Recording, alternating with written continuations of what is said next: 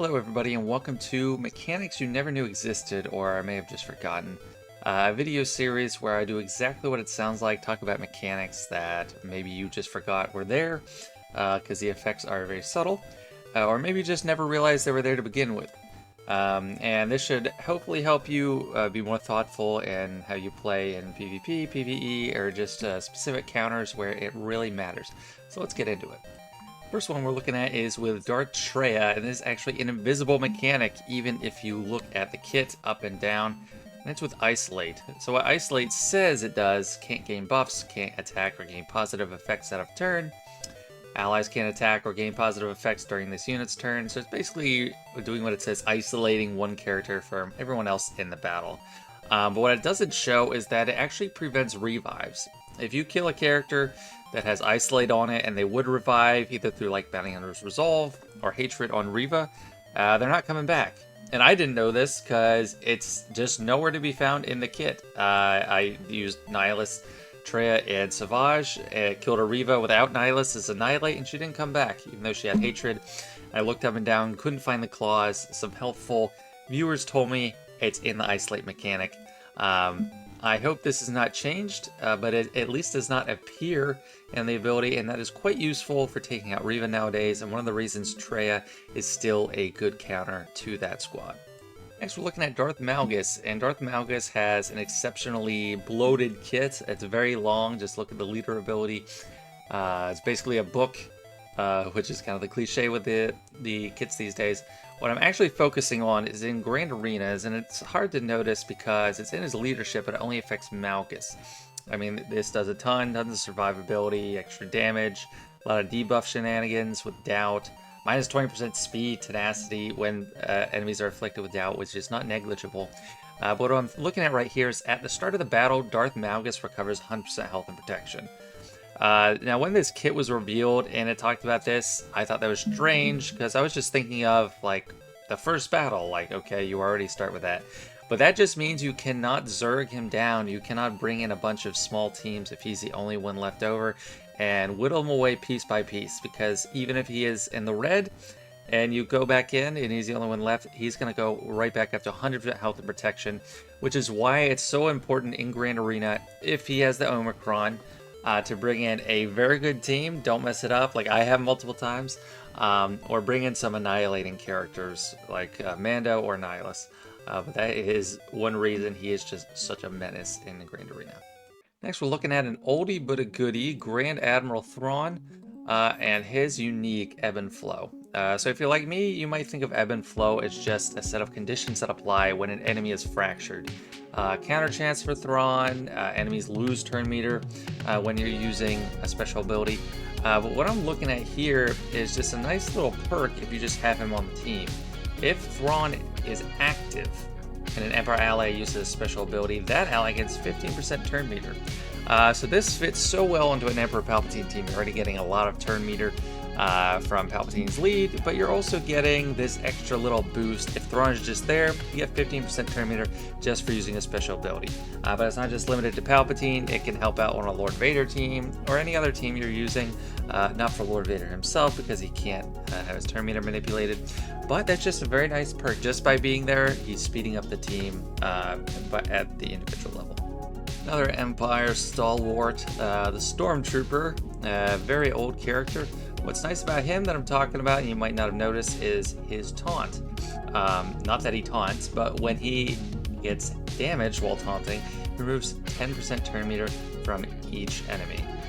So you might want to give him some potency. I don't really use him too much, but if you have him and he's taunting, he's constantly removing turn meter from the other team, which will definitely help you get an edge. Another Empire character on deck, we got Versio, and her kit's very complicated, and there might be a lot you don't realize about it. Some things stand out, like this is a cleanse, this is a mass assist AoE. They get a lot of boosts on their stats.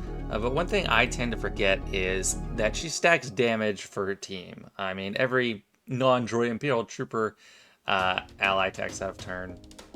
They gain 2% off and stacking until the end of the encounter. And that is, there's no cap on that. So if you have a really long battle, or if it's in like Conquest or something and it's going on forever, you can get really high with the damage.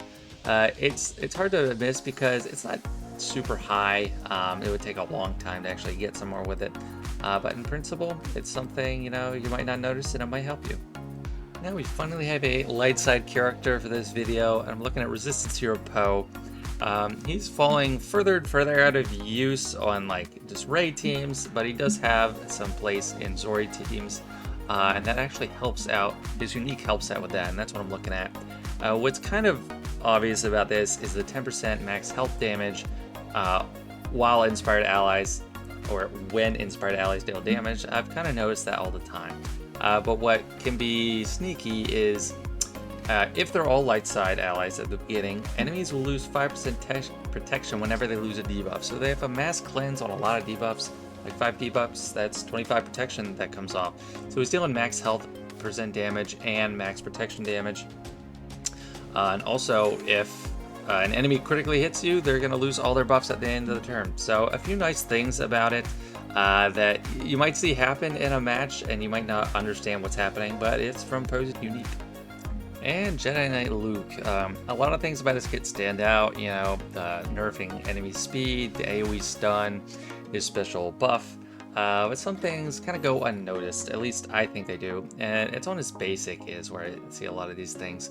If he's attacking a tank, he deals true damage to them, so he's just ignoring their defense, which is really nice. It really helps against like Darth Malgus.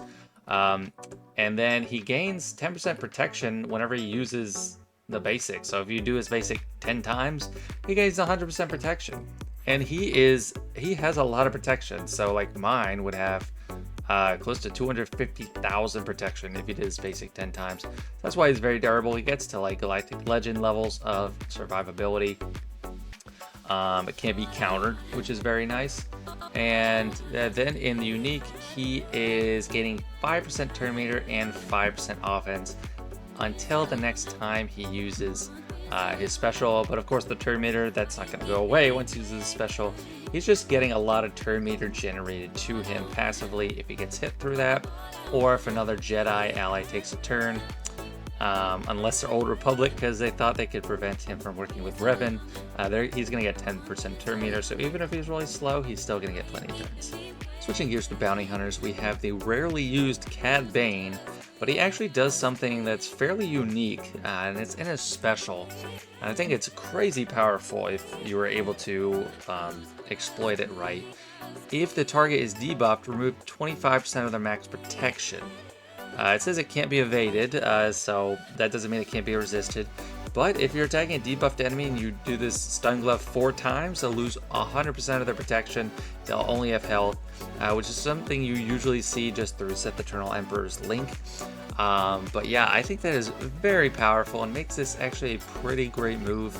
The other stuff kind of stands out more, the stun, turn meter removal, but doubling it against Jedi enemies might not be completely obvious to most people.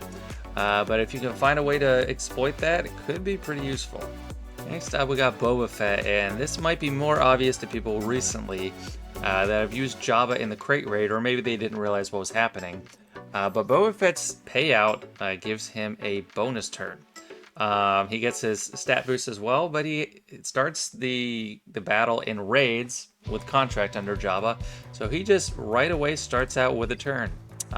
So I don't think that'll be obvious to everyone. They might be confused why he's going first, but that's why. And in just a normal battle, if you can make sure he's the one to get you to contract, you can make sure he takes 2 turns in a row, which is pretty nice. And the last character we're looking at is an often misunderstood hero's journey character, Beskar Armor Mando. He's surprisingly useful in a lot of ways. He's the hero character in the crate raid. He's not as useful as he was to begin with. I enjoyed you exploiting the bug where he was getting so much turn meter. What I'm going to talk about today that you probably didn't notice is something in the Wonder of the Force. So what you probably know about this ability is it's healing you up, equalizing protection, mainly giving damage immunity to someone of your choice, and bam. But what you might forget about is it removes 20% turn meter from all enemies. And that can't be evaded, but I don't know what the point of saying it can't be evaded is, because normal status effects can't be evaded anyway. If it's purely just a static effect and not attached to an actual damaging attack. but it can't be resisted. So you might want to give him a little bit of potency. I'm not a good example, but he has pretty low starting potency, so you might not notice this ever happening to you because it might just be getting resisted all the time. But in the crate raid, that actually is a pretty useful mechanic sometimes because the boss can get its turn meter reduced, and it might help you just get a few extra turns that you need in your run. That's it for today. I know it's been a while since I did a video like this. It takes me some time to build up some characters that I think are interesting and mechanics that people would like to hear about. So if you have something in mind that I haven't covered before and you'd like to see me highlight in a video like this, please share in the comments. Thanks for watching. Don't forget to like if you did enjoy and subscribe if you haven't already. Have a good one.